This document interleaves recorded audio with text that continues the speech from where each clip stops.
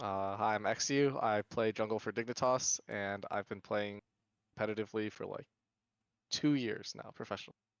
2 years. Yeah. I mean, and you were, I mean, are you counting academy time or?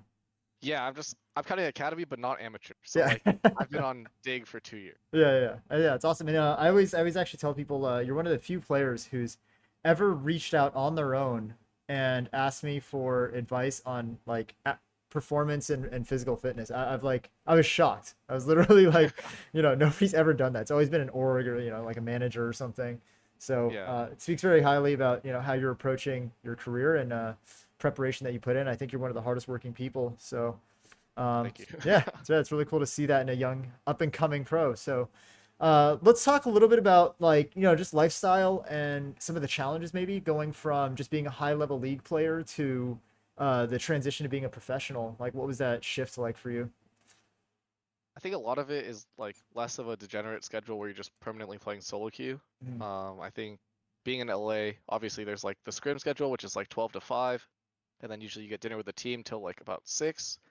After that, I think there's just a lot more random shit you have to do for the team. Like you have to do like draft meetings, you got to talk to your coaches about things. Like there's just less time to permanently grind solo queue, but it's Yeah. also nice because I mean I feel like you learn more from not just grinding, so Yeah. that's why it's been nice. There's been obviously a lot of discussion over the last couple of years about, or last probably more than that, over the NA work ethic compared to Eastern region work ethic, and I have a lot of thoughts about that. But what are some of your thoughts about the grind culture versus some of the workload that isn't necessarily playing the game? Um, I mean I do think NA is lazy, and I think well not like NA is lazy. I think we just have a really bad culture when it comes to like solo queue. Sure. I think it's not that a lot of players don't want to play solo queue, it's that like everyone's mentality about NA solo queue is so bad that even the pros who are supposed to be held to a high standard aren't maintaining that high standard in solo queue. Like they're kind of griefing. And honestly, I'm putting myself in there too, because like if I play 2 games and I get like really bad experiences, I'll just start queuing Phil and just play whatever and like just practice my mechanics. I like I mean that honestly, it's bad, but I I don't don't I know. don't actually think that's a bad thing though, right? Like if you're running it down, right? You hop on another account, whatever. You're down in like a lower elo, but you're like, I'm gonna play a jungler I've never even touched before. Yeah, There's still something to be learned from that, right? Like if you, for whatever reason, they decided to make brand jungle a thing this patch, which this is real actually. Uh, yeah. you could just run it, and just see what happens. But I was actually talking to another player this last year who was working. So I'll just it was Soul from EG, previously TSM. And one of the things that I was telling him was that I think reframing solo queue as a whole is something that pros can probably do more of and probably benefit more from. So there's sort of that hierarchy of quality of practice in my mind, which is scrims are at the highest quality, right? And then Yeah, below that you would have champs queue, and below that you would have solo queue. I mean, yeah. and then if you want to somehow fit in like 1v1s or drills or whatever, and somewhere in between that. Um, but I was telling him like if you want to be more effective with your practice schedule, you should view each of these scenarios or each of these environments differently and what you're supposed to get out of each environment differently. You're not going to learn competitive macro playing solo queue, right? Yeah. It just doesn't go that way. There's no communication. The game is played differently. But then you also aren't going to want to practice mechanics in scrims. Like it Yeah, sounds really bad. So I was telling him like maybe looking at solo queue as a testing site so that you can perfect something or practice something, not perfect, practice something to then bring into champs queue or whatever with a little bit more, I guess, experience. And then that's where you refine it and practice it until you feel comfortable to go into scrims then and say, hey, pick me J4. I just picked it up, but I think it's good this patch. You know, yeah, so I don't know, but I think a lot of pros right now just look at it as like you scrim and then you either champs queue or you solo queue, and you have to play a few games that night, and that's it. And yeah. you're kind of just practicing the champs you want to play for scrims, which again, I think is sort of why we see these sort of static metas where this is not unique to NA, but where you see the same like 7 champions every single game. There's just very very little diversity. Uh, Yeah. but anyway, let's talk about a little bit about the physical toll of all this, right? Would you say that coming up, before you went pro, were you playing more or less overall hours? Uh, I think I was playing more hours. Yeah, and that's typically what Oh, I hear yeah. actually. I But would say yeah, because like I mean I was watching less. Like I was probably just like watching VODs in queue as opposed to like watching VODs as a team or like watching VODs with my coach now. Like yeah, it's a little bit and different. definitely Yeah. from firsthand experience on my end, some of these VOD reviews, like after a scrim, will go for Dude, they like. take so long. Oh So my. I've literally seen a team. I'm not gonna name names, but a team cancel the rest of their scrims because they were VODing for so long. They were like, you know what, we just need to finish this discussion, and it took Yeah. like 2 hours. I'm like, really? Yeah. Like, No, I've seen it so often. Like so often, there's like scrims where the games are shorter than the VOD review, and it's like either our team.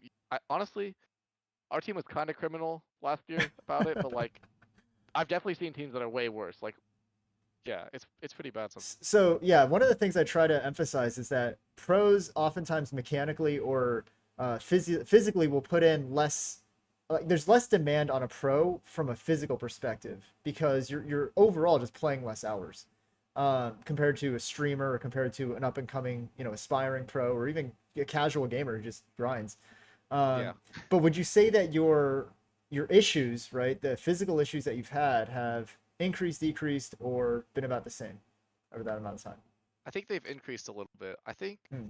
part of it also might be because back then I was grinding so much. I think my body was more used to it, but now Yeah. it's more like during the season I'll just like scrim and play some solo queue, and then off season I'll chill for a bit, and Hmm. then I'll generally do a boot camp in Korea Hmm. for a month, which I'm also planning to do in December, Okay. which is why I really wanted to reach out because last time I did it, I felt like I was starting to ache a little bit, and it had to do partially with like my setup because I stayed at a really kind of like janky Airbnb. Like I was playing under a bunk bed, so I Oh had to my like hunch God. over because if I sat up, I would hit my head, and like it was bad. Okay, But this actually might this seems like an idea for another content series. We should do boot camp setups and just go and oh document every single, because I've heard so many horror stories yeah, of people's setups. Like, both of my experiences have been pretty bad. Like the other one was just in a wooden chair on like a kitchen table, and this one was under a bunk bed, like hunched over. nice, I mean, I would nice. try to like stretch, but I felt like it was still taking a toll because I was playing like probably 20 games a day on average. So Okay, okay. I think no matter what, like it takes a toll on you eventually. Absolutely. And so one of the things that you just mentioned inadvertently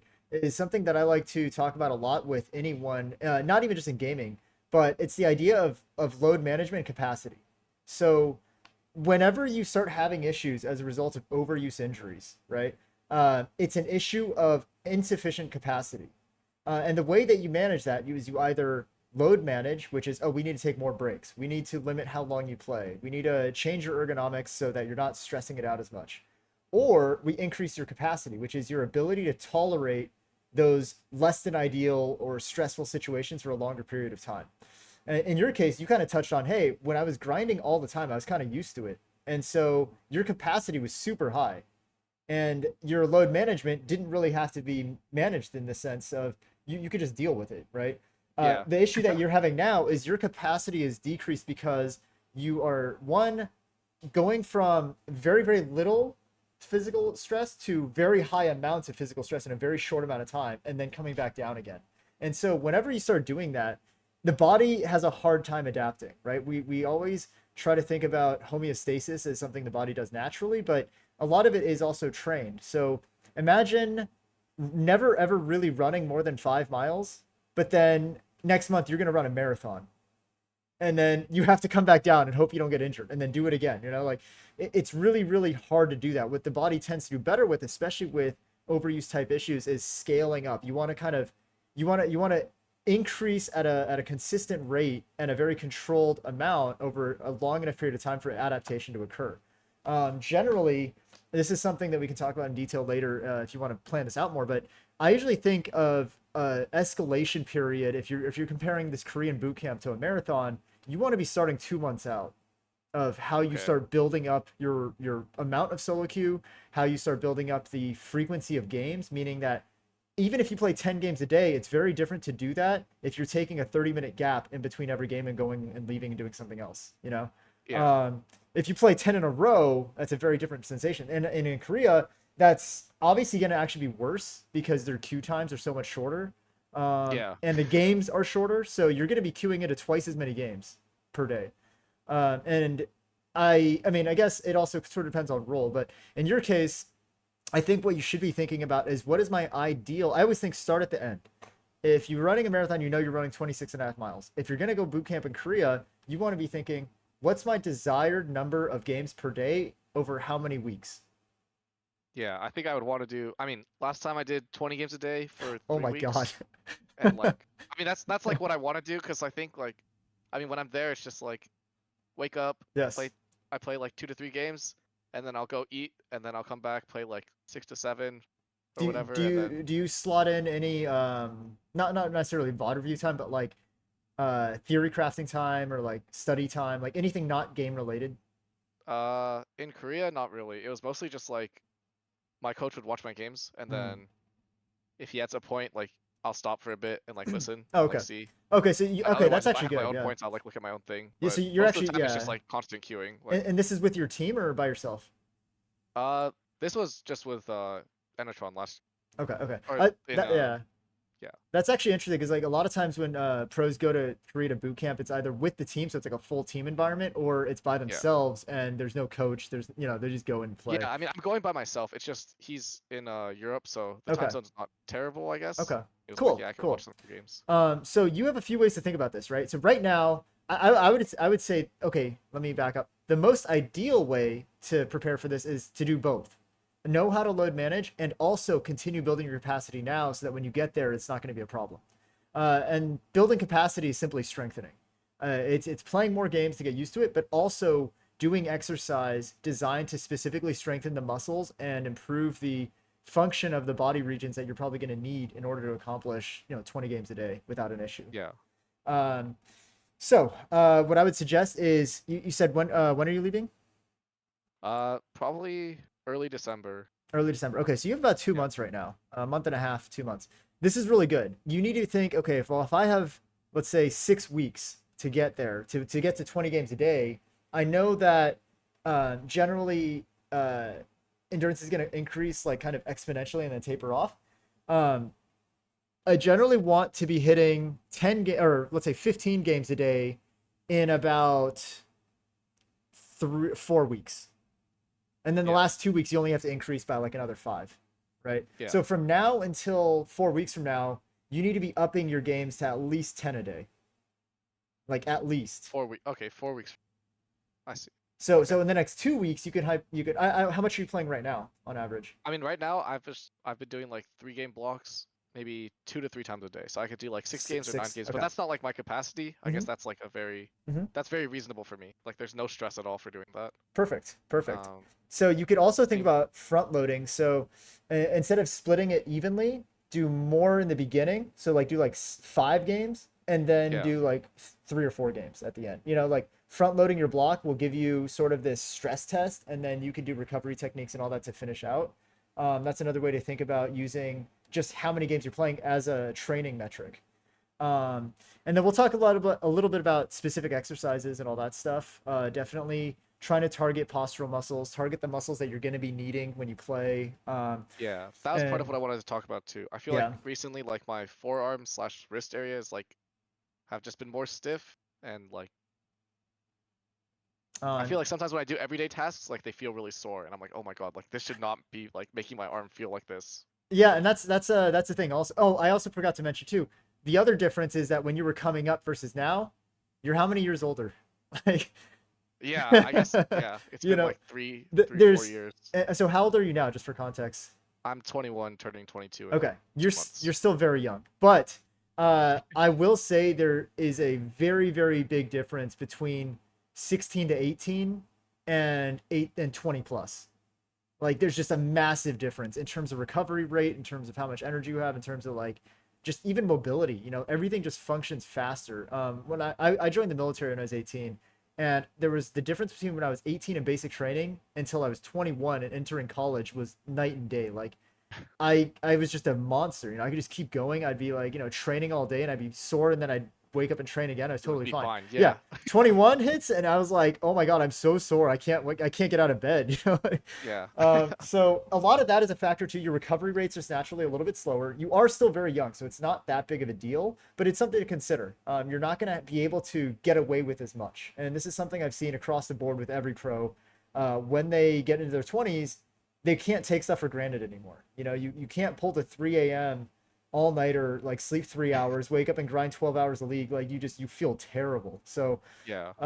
what I would suggest is, okay, let's talk about the load management. So let's build out your plan in terms of how many games per day. You already have that like scaling right into when you actually leave, and then exercise wise, we need to think about how much recovery you need, and then what muscles are actually stiff or sore. So when you're saying that it's your forearms, right? Is it the back, the front?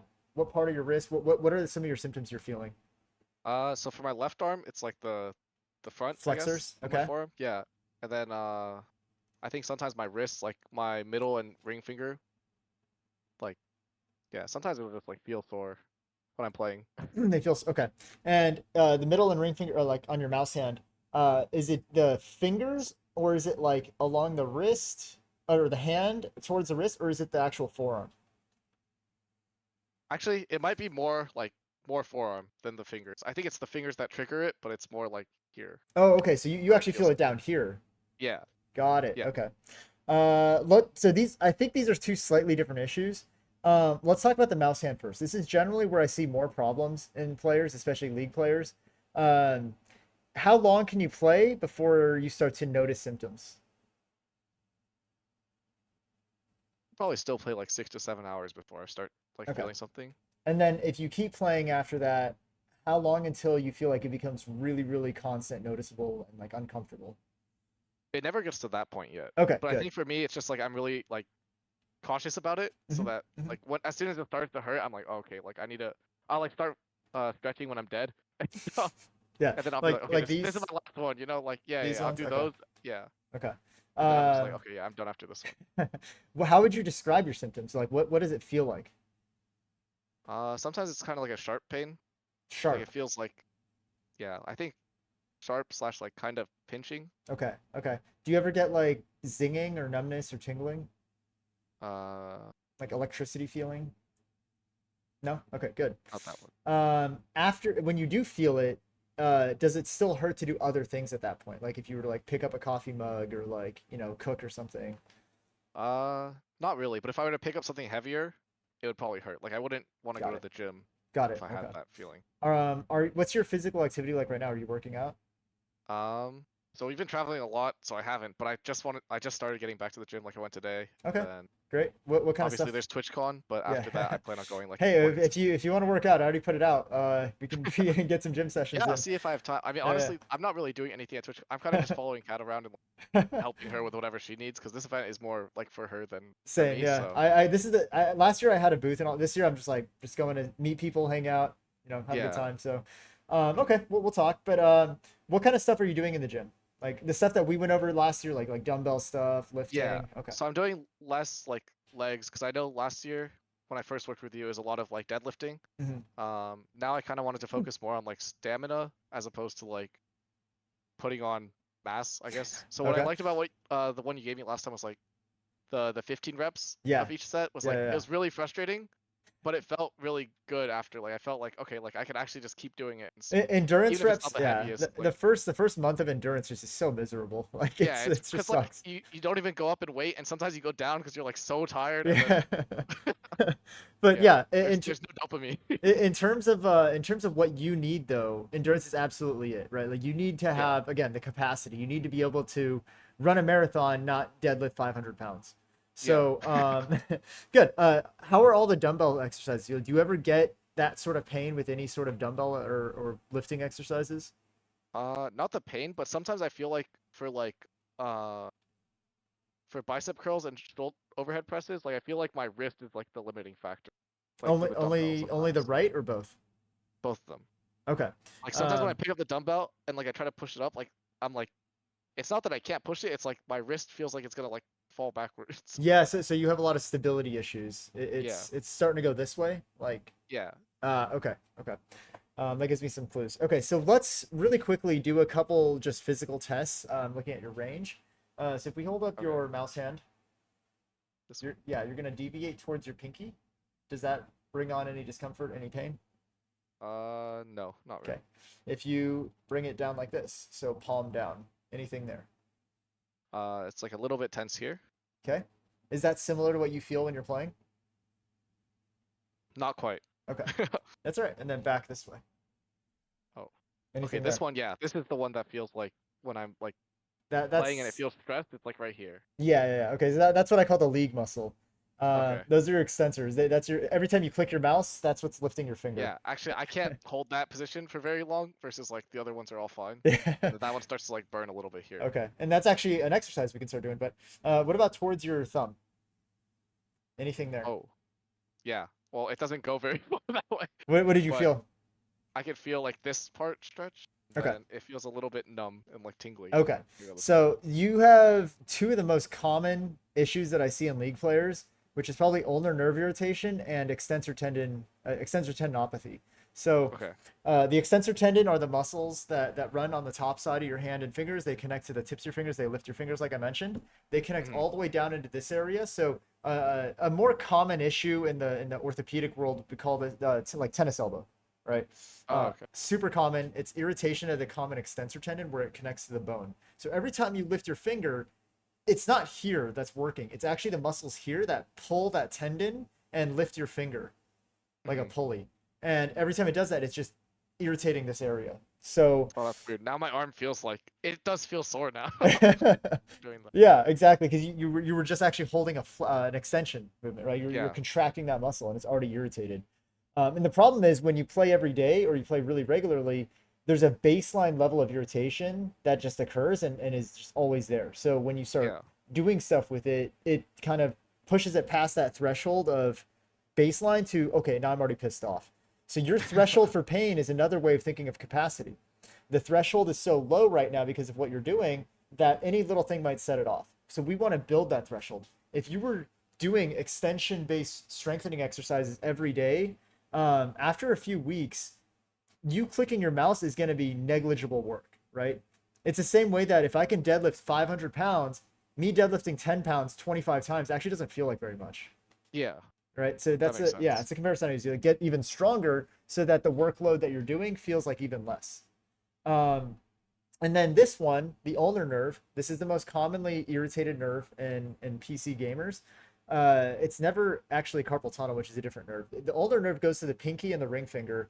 The reason that it's irritated is the position that we play with the mouse is pronated. So the ulnar nerve is your funny bone nerve. It runs from here up the inside of this, the outside of your arm here into the pinky here. So when you play, you're putting pressure right on it.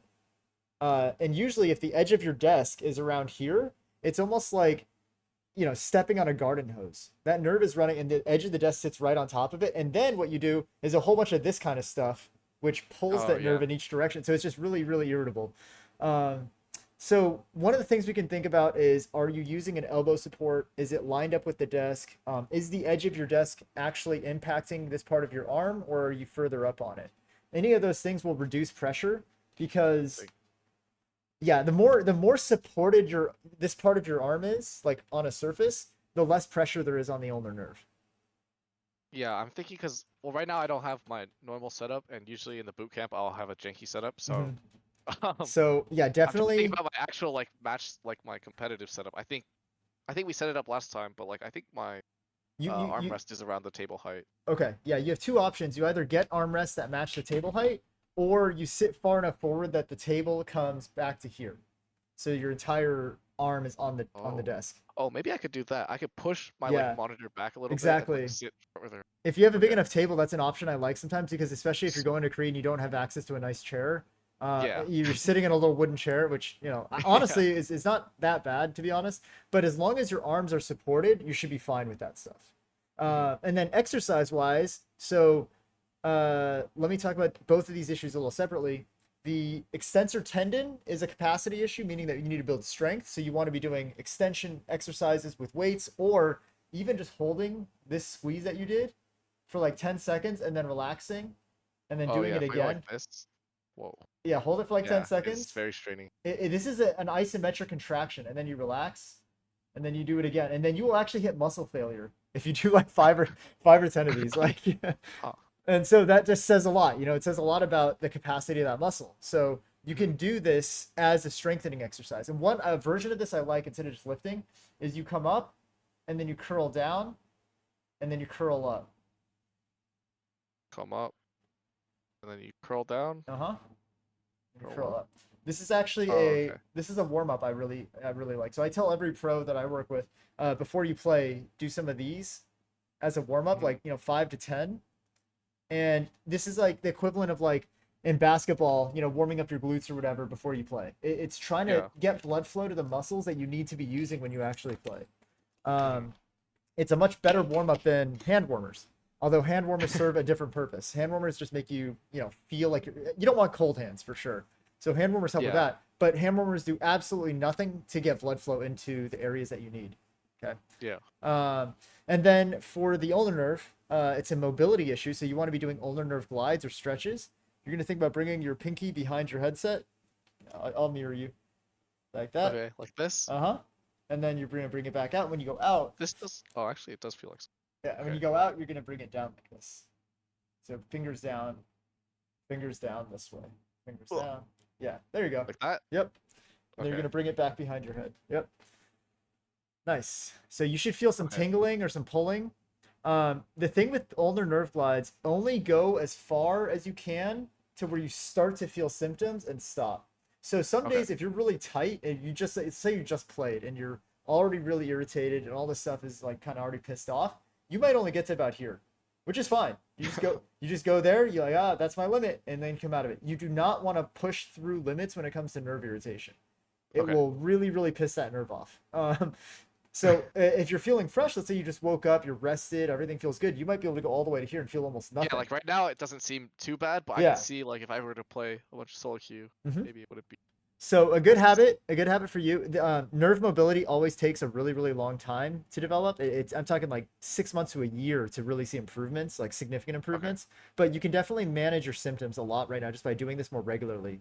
A good habit would be to do these stretches just lightly, 10, 15 seconds, and then do like 10 or 15 of these Yeah. every time you finish champ select. Okay. Yeah, and that's just like a quick habit you can get into. So usually, when I pick my champ, I set my runes. Everything is basically done at that point, right? Like Yeah. once the draft is done, you're like, okay, I know what I'm running. You set all your stuff, and then you have about like a minute before the game actually starts because go into the loading screen, all that. So that's your chance to do a few of these. I just kind of lightly stretch, and then I'll do. For me, like I don't have this issue as much. I have a different nerve issue, so I do a lot of these, which is more the median nerve. And so you can do some of those, just kind of loosen up a little bit right before you play. Okay. All right. Let's talk about the keyboard hand now. So does that issue in the keyboard hand, does that feel the same, like the same location, or is it different? Because you said it was more the flexor I muscles. think it's different. It's more here. Yeah. Like for example, yesterday, like all day I kind of had like pain here, and I Mm-hmm. didn't really know what was wrong. Mm-hmm. Uh, but today it's not as bad. But yeah, I'm not sure. Earlier I like kind of triggered it a little bit, Okay. but I don't even know what I did. So All right. Let's do a couple tests. So okay. um, you're gonna use your left hand. You're gonna grab your right wrist and squeeze. Okay. When you squeeze, do you feel it? No, Okay. that's If you do a stretch like this, do you feel it?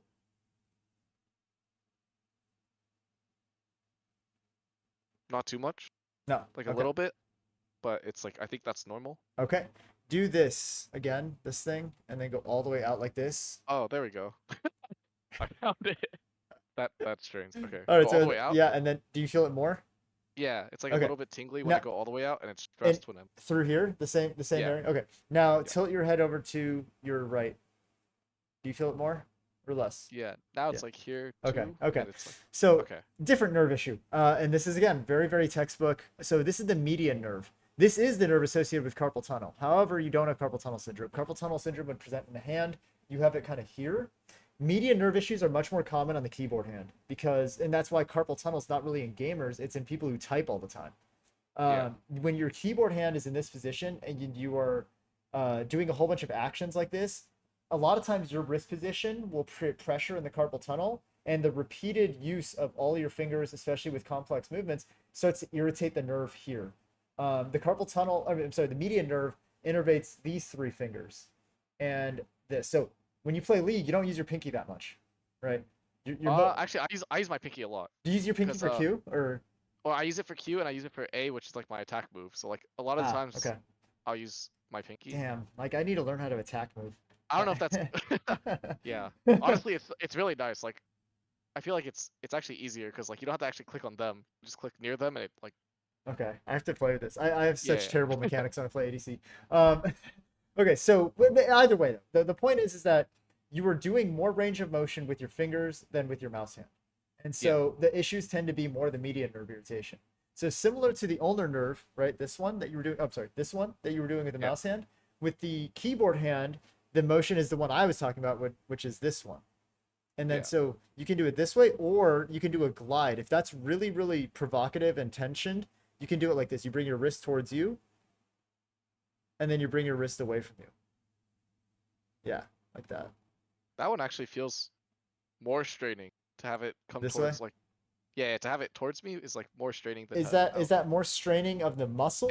it's on like the back now it's like Oh, here. okay, okay. So I would maybe do the nerve glides, both nerve glides on that arm, because Okay. if you're feeling it here, then you're also probably really tight through the extensor muscles here, and then as well as the flexors. So, um, it's a lot of times the mouse hand is a lot more noticeable when you have symptoms. The keyboard hand kind of goes undetected, and you just kind of ignore it for longer. Yeah.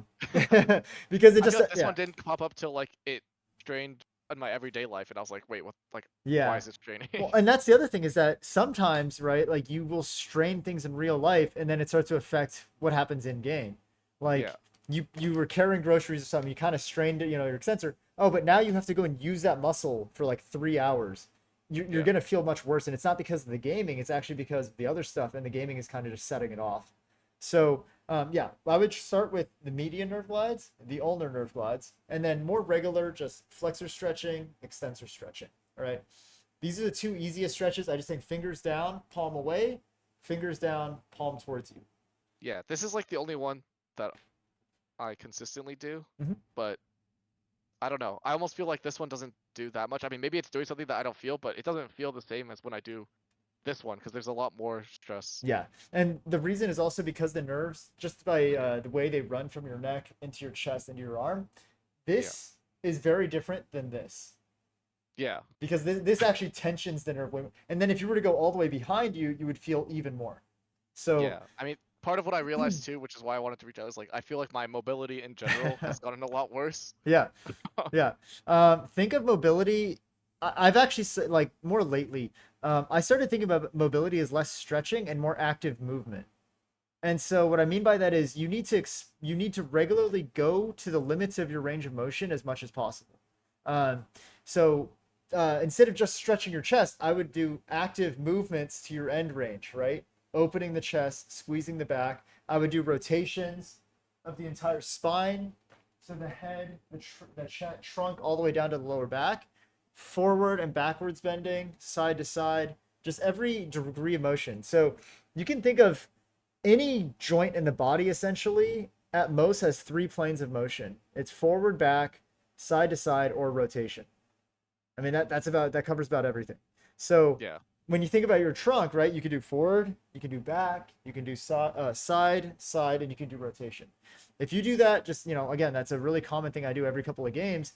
You're just gonna regularly promote so much mobility. You don't have to do a ton of stretching necessarily. Okay. Frequency is way more important for mobility than dedicated stretching, if that makes sense. Like if you were to stretch once a day for an hour, it would be less ideal than if you just stretch for 30 seconds every couple of hours.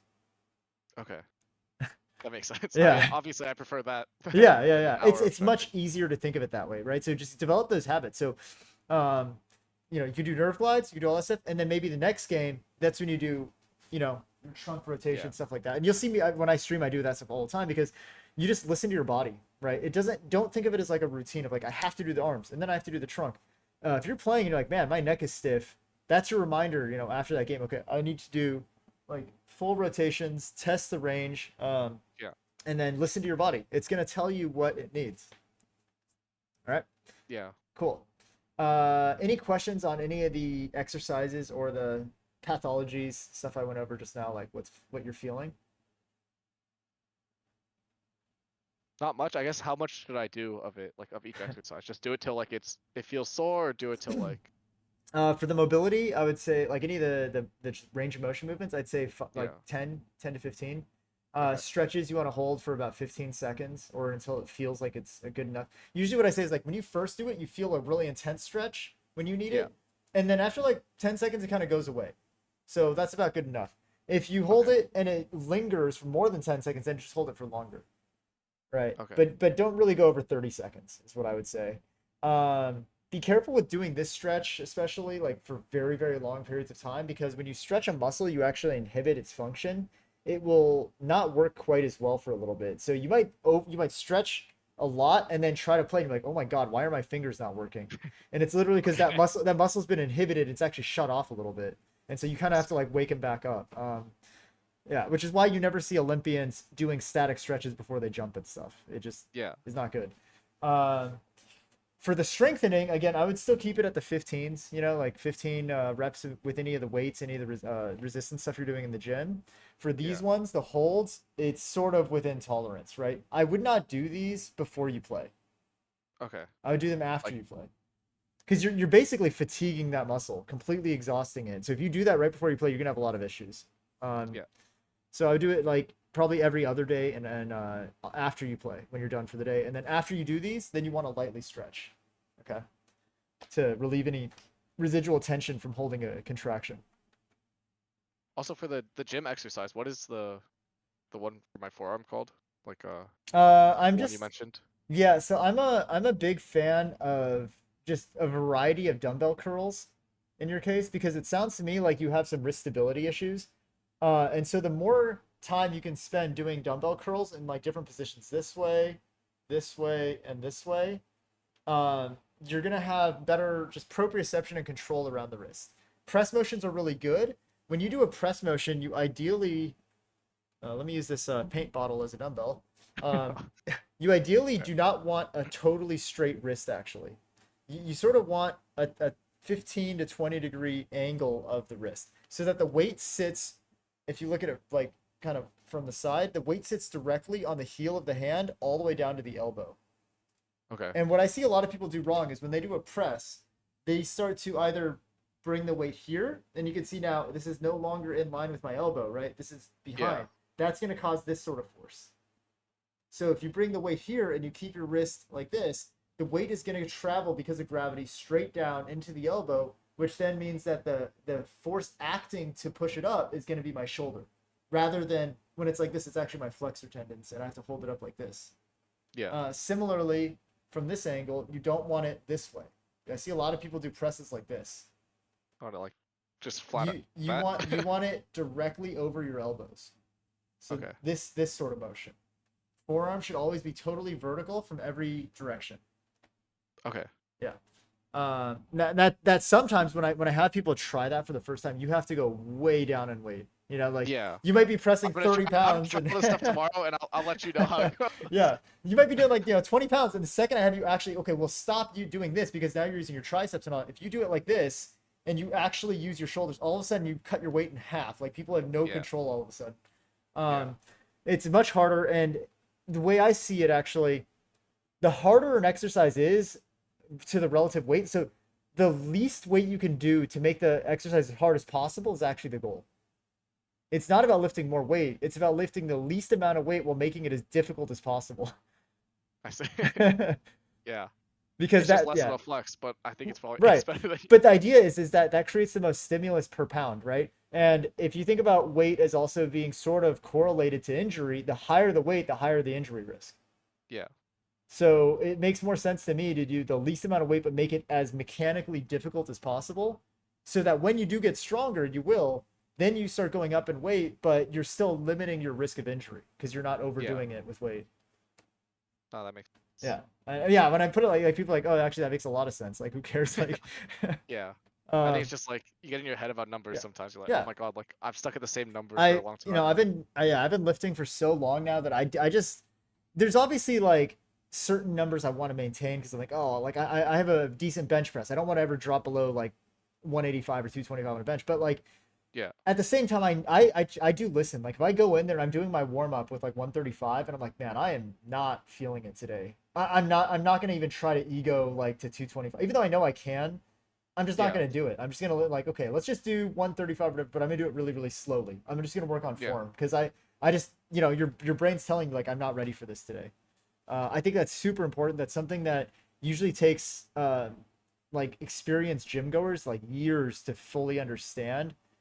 Because at the end of the day, I've hurt myself so many times, ego lifting or doing something I just know I shouldn't, and Yeah. it's just never worth it. Like if you're gonna have to take weeks off, it's like, yeah, it's really frustrating. So it's much better to listen to your body. Just accept that sometimes what you planned on doing in the gym that day may or may not be what you're gonna do. It just sort of Yeah. varies. But okay, cool. Yeah, that makes sense. Any other questions on exercises or periodization and stuff? Um, I think I'm good. I think, yeah. I've just been trying to do like more cardio too, just like Yeah, I trying to think that's be honestly, healthier in general. from a performance perspective too, that's probably the best thing you could be doing. I recommend, if nothing else, if you hate going to the gym, whatever, everyone who wants to get better at gaming should just be doing more cardio. Yeah, it sucks, Yeah, but everything in I hate cardio too, but everything in research yeah. suggests that better cardiovascular fitness correlates directly to better brain function. And in esports and gaming, it's like brain function is actually the most important thing. Yeah, I So agree. yeah, there's actually more of a direct correlation there with training to performance. Cool. And are you planning on watching Worlds at all, or? Yeah, probably when it gets closer to like the bracket stage. I Yeah, think yeah, I'm gonna yeah, watch. I'm obviously gonna watch NA's games. yeah, Probably watch some Eastern games. yeah. I mean, I'm Definitely gonna watch JDG. yeah, for sure, exactly. As I say, Yeah, I watch all the NA teams, and then I watch what I think are gonna be the best matchups. It's like if it's yeah, JDG T1, I'm gonna watch. Like it's yeah. But just if it's gonna like be, JDG, like R7 or like Gamma, then yeah, yeah. fine. I'll catch the YouTube highlight reels or whatever later. Yeah, yeah, Yeah, I'm not an analyst, and I've at this point too. I used to. I mean, man, was it last year or the year before? Like, I watched so much League. I was watching like all of LCS's games, most of LEC's good matchups, a bunch of the LCK matchups, a bunch of LPL matchups, and then like when it came to internationals, I watched like all of them. I was like, it was too much. yeah. It's a lot to keep up with that because Yeah, like during the season we try to watch or like usually I try to watch LPL yeah, and then watch some LCK games, but like it ends up being so much. Like there's so yeah. many Well, games and for then LPL. oh my It's god, like their best of threes are like yeah, but also half the match like you start to learn like okay, I don't need to watch this matchup. Like yeah, yeah. you learn which matchups you need to watch. Who are your favorite junglers to watch to like learn things from? I really like Canyon. Yeah, yeah. Yeah, He's and I like he's oh uh I like Kanavi too. okay. I I think think those two I yeah, usually watch a lot because they Kanavi's have like just there's this channel that posts their solo queue like streams too, okay, so I like to watch their POV. okay. Do you feel like there's a lot of translation from solo queue to like competitive, especially for jungle? I feel like jungle is actually the role that it translates the least. Yeah, it definitely has the lowest like one-to-one correlation. Like Yeah, the way you play in solo queue is you feast. Like you just make yourself as strong as possible. That's why like Agron is so good because like yeah, he always will make himself as strong as possible. But yeah, then you go to a team and they're like, "Yep, you got to do everything for us." Oh, yeah, okay, I'm yeah. useless. I'll play Maokai. Like fine. Yeah, but then I mean, in some ways too, do you feel like it actually makes your pathing and stuff easier, like decision wise? You're like, well, top lane's like, hey, I'm gonna set it up so he's gonna basically push into me. Like, there's nothing he can do Yeah, about this. The wave state is gonna come into me. You can come and gank. Like, yeah. versus in solo, you go, Sometimes it is easier. I yeah, agree. you're Because like in like, solo queue, you have to kind of like you have to know how the lanes are gonna pan yeah, out. and then and But you in watch them, you competitive, watch them just like do something wrong because they don't expect you to gank or they don't know, yeah, like there's oh man, yeah. um, But in okay, competitive, it's also a lot more punishing, obviously, because like if you miss a yes. timer, it's like 10 times worse than if you miss a timer in solo queue. Oh yeah, oh yeah, and you'll So see like when a team knows they have lane control and the enemy jungler just messed up and they let's say they get killed in a 2v1 or so, a 2v2 getting scuttle, they will punish yeah, that so hard because the mid laner from that yeah, point on is shoving the wave and just like roaming, like it's just brutal. Like yeah, as much like Worlds last year where I mean they lost, Damwon lost, but the when Canyon was playing Kane and he held Piosik to like 30 CS I think is that the game where he queued over the Oh wall? my He just god. like he blind queued over It the was dragon wall and it just was started in his bot side. the biggest pro jungle gap I've ever seen, and then they lost. I was like, Yeah. what? Wait, I mean that happened twice. There was the other one where it was Canyon's Italy against I forgot who's hacker him, but it was Yeah. also disgusting, and then he lost too. So Dude, at that point you're just so tilted. Like, what the hell, man? yeah, Like, when do you ever yeah, get Kane like 6-1, like 70 CS lead, 4 level lead, and you lose the game? yeah, Like, yeah. it's brutal. But I yeah. mean that's like his pocket pick though. He's always been like really good at Kane. I had to play against his Kane and Chamsky one time, Oh yeah. and he did like that was when it was Red Raptors Gromp meta, so I was doing Red Raptors Gromp, and then he did Red Krugs and just sat at at my Gromp, and he smited it, and I was like, oh my god, this game is so ruined. Like this game is over. The Like mind games. Yeah. yeah, I mean that's a cool thing. Like when you talk to high elo junglers, like that's when you're like at another level, right? You've transcended optimal pathing, and you're like, well, I know what they want to do, and I'm going to do a suboptimal yeah, path that just fucks them over. Like, yeah, I think it was like Blabber was showing some of the, like what he was doing, like with Kindred, he would do some crazy clear of like, like red raptors and just like immediately gank someone, or like yeah, just it made no sense, or invade right away. It made no yeah. sense, but I mean that's what Tarzan used to do a lot. He would do yeah, like the Red Krugs to gank bot, like yeah, just as a level 2 jungler because the timing is weird. yeah, yeah. Um, That's yeah. awesome though. Cool. So then, who do you think is winning Worlds? Honestly, I haven't kept up that much, but from everything I know, it's probably JDG. Yeah, yeah, it's hard to say. Yeah, I mean, you look at I think JDG they're as a like team, like across the board, you're like every single one of their players is top 3 in the they world, just have no like weaknesses, at their and they have roles, you like know? the best ADC by far. So Yeah. like, Yeah. yeah, Cool. All right. Well, thanks for hopping on. I hope it was helpful. If you have any other questions, feel free to reach out. So to reiterate, build capacity right now. This is sort of the sweet spot, actually. 6 weeks, I think, is optimal because that's about the minimum physiologic time frame needed to see muscular adaptation. So 6 weeks is actually kind of just the actual ideal time frame right now. 2 months would actually not take that. nice. 2 months is ideal. 6 weeks is the Yeah. minimum to be good enough.